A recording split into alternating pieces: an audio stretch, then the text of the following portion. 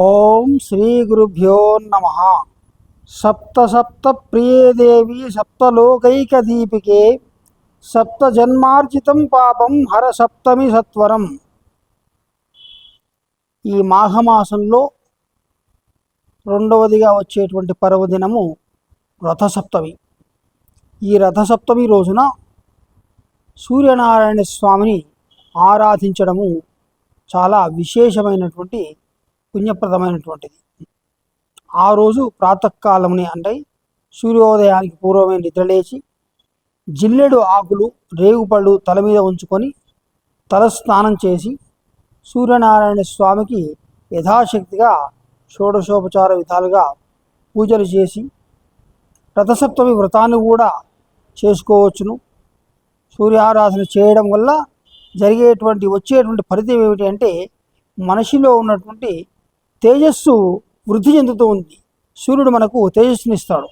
కాబట్టి ఆ యొక్క రథ రోజున ఇంట్లో పాలు పొంగించుకోవడము, తదుపరి రథసప్తమి వ్రతం చేసుకోవడము, సూర్యనారాయణ స్వామి యొక్క స్తోత్రాలు పఠించుకోవడము, సూర్యనారాయణ స్వామి యొక్క పూజలు నిర్వహించుకోవడము అనేటువంటి విశేషమైనటువంటి ఈ రథసప్తమి.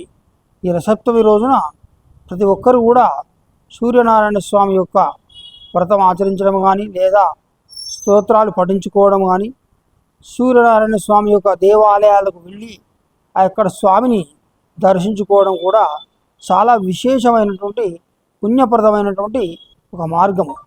కాబట్టి ప్రతి ఒక్కరు కూడా రథసప్తమి పర్వదినాన సూర్యనారాయణ స్వామి యొక్క సేవలో తరించి సూర్యనారాయణ స్వామి యొక్క సంపూర్ణమైనటువంటి అనుగ్రహాన్ని పొందవలసిందిగా తెలియజేస్తూ నాకు అవకాశం ఇచ్చినందుకు ధన్యవాదాలు తెలియజేస్తూ సెలవు.